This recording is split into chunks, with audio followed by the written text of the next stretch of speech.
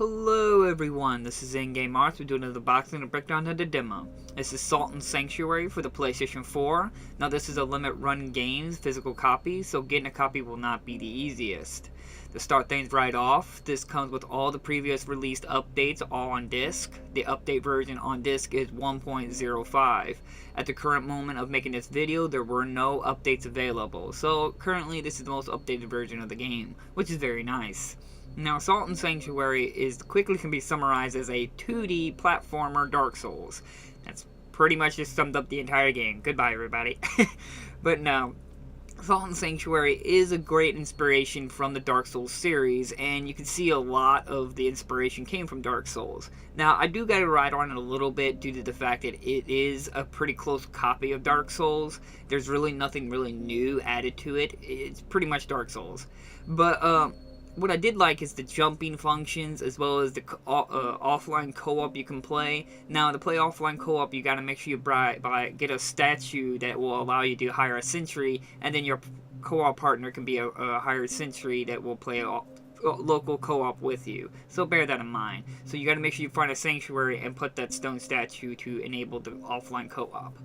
Now, as I said, it's Dark Souls, so you're able to create your own character, play your particular class, as well as pick your beginning stuff, as well as your nationality and stuff like that, which was actually kind of cool. Male, female, so on and so forth. Now, usually when I play Dark Souls kind of like games, I always try to pick the lowest class character, and even if he comes up with equipment, I always try to take it all off and be running around barehanded. That's how I always play Dark Souls at the beginning, and everything that I find in the world is what I use. I always prefer it that way because it just feels like more of a challenge. It just feels proper for the series, where it's not about what you start with, it's about what you can procure and be able to use.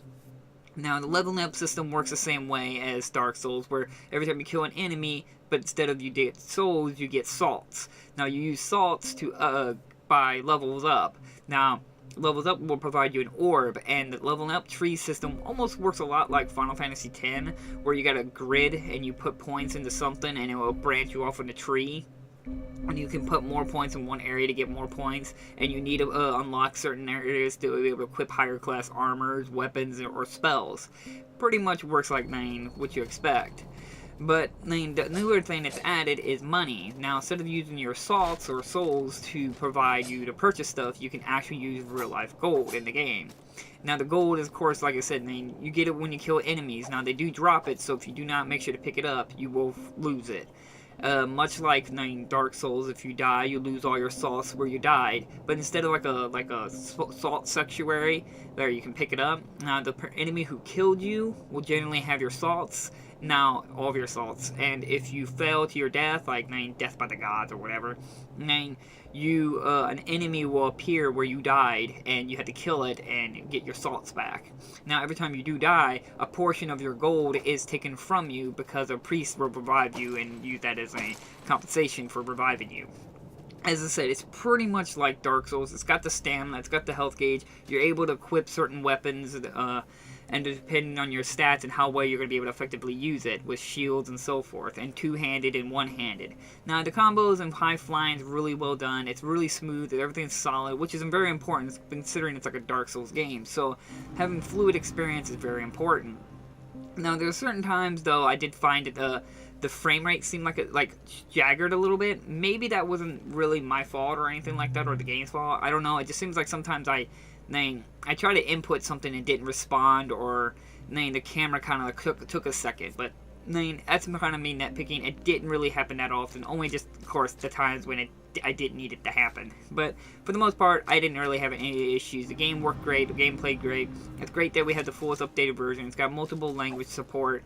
And it's just a really good game. I'm really glad to have it in my collection. I'm just disappointed it is a limit run release because, getting a copy is definitely not going to be the easiest. Salt and Sanctuary was one of the fastest selling limit run games I've seen so far, other than the Shanti games. Like I said, though, you're able to pick a particular class if you want to be a warrior, wizard, and so forth. So play how you feel the most comfortable with. It's generally a good game to add in your collection. If you can get a copy, I recommend it. Just make sure you're not going to be gouged and people taking advantage of you and trying to oversell the price. You can still buy it digitally and download it, both on PlayStation 4 and Nintendo Switch, PC, and so on and so forth. It provides quite a bit of variety for you. So I will try to leave links down in the description for your instant copy, which for the most part, yeah, I recommend picking it up if you get a chance. So thank you all for watching. Hit that like and subscribe button if you want to see more videos from me. And I'll see you guys in my next episode. Bye-bye!